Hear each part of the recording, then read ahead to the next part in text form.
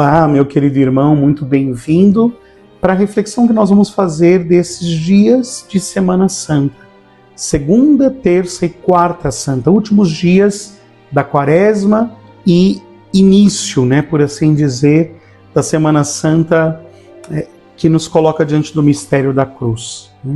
Já amanhã, quinta-feira, não há liturgia quaresmal, mas a missa do Santo Crisma pela manhã, única missa possível em cada diocese, e depois entramos já no Tríduo Pascal.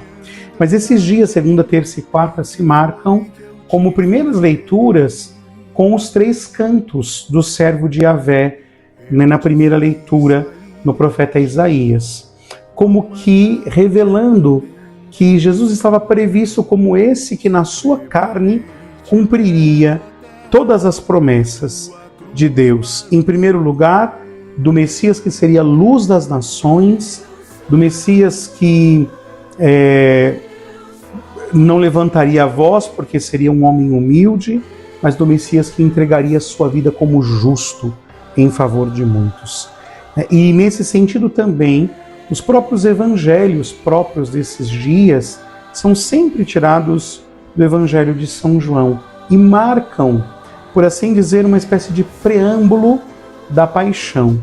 Na segunda-feira santa, nós ouvimos Jesus que vai a Betânia e ali é ungido, por Maria de Betânia para prepará-lo para a sepultura. Um rei que é ungido para morrer, Contrário da lógica deste mundo. Jesus vem neste mundo não para ser um rei honrado, mas para ser um rei que entrega a sua vida e morre para dar a vida.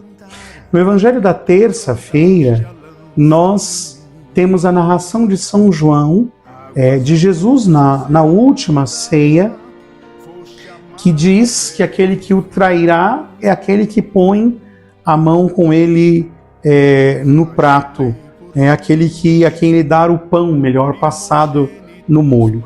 Nós sempre associamos muito rapidamente isto a Judas Iscariotes, e é verdade, porque depois Judas revela que ele cumpria esta tristíssima missão, mas de alguma maneira misteriosa, na ceia, aquele que presidia a ceia dava o pão passado no molho a todas as pessoas, ou seja, todos nós carregamos dentro de nós um mistério de iniquidade e de traição do Senhor.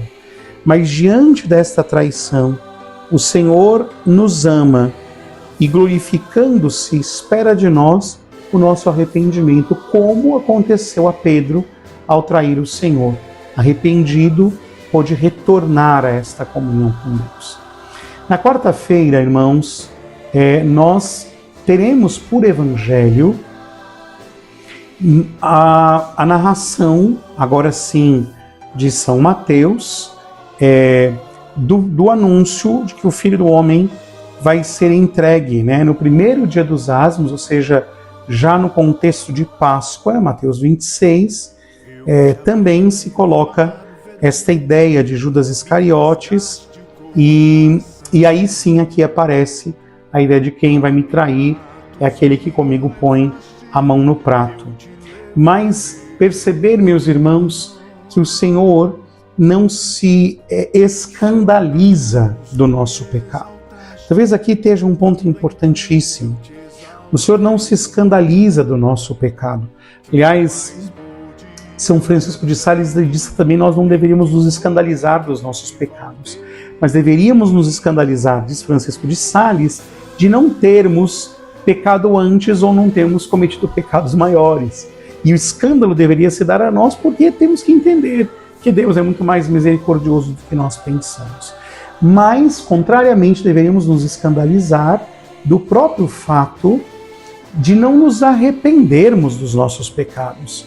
Porque neste ponto, caríssimos irmãos, que se distingue a pessoa de Judas Iscariotes da pessoa de Pedro. Não porque um traiu, o outro não traiu. Os dois traíram a Jesus. Com o agravante de que Pedro estava naquele grupo mais restrito a quem o Senhor deu experiências únicas: Pedro, Tiago e João. Judas, o econômico, o tesoureiro, né, do grupo dos 12, mas não tinha tido todas essas experiências. Mas o que os distingue aqui não é o tamanho da traição, mas é a postura diante do próprio pecado. Judas desespera-se e Pedro arrepende-se.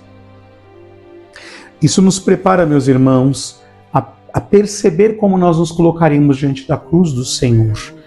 Como aquele ladrão desesperado da salvação que passa a agredir nosso Senhor, na versão de Lucas, ou como o bom ladrão que rouba o céu porque arrependido confia no Senhor. Com que espírito, né, nós nos colocaremos diante deste tríduo pascal? Com espíritos que desejam caminhar com Cristo, arrependidos, batendo no peito as próprias culpas, ou com o espírito dos que desejam distanciar-se do Senhor, ou pela soberba, ou pela irreverência, ou até pelo sentimento de culpa no arrependimento. Irmãos, a humildade de Cristo nos aponta para a humildade do amor. Só quem se faz humilde pode acolher o humilde.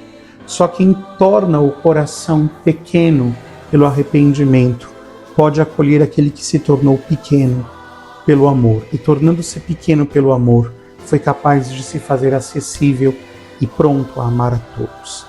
Deus te abençoe e que o Senhor te conceda entrar no tríduo pascal com a alegria dos que esperam a ressurreição.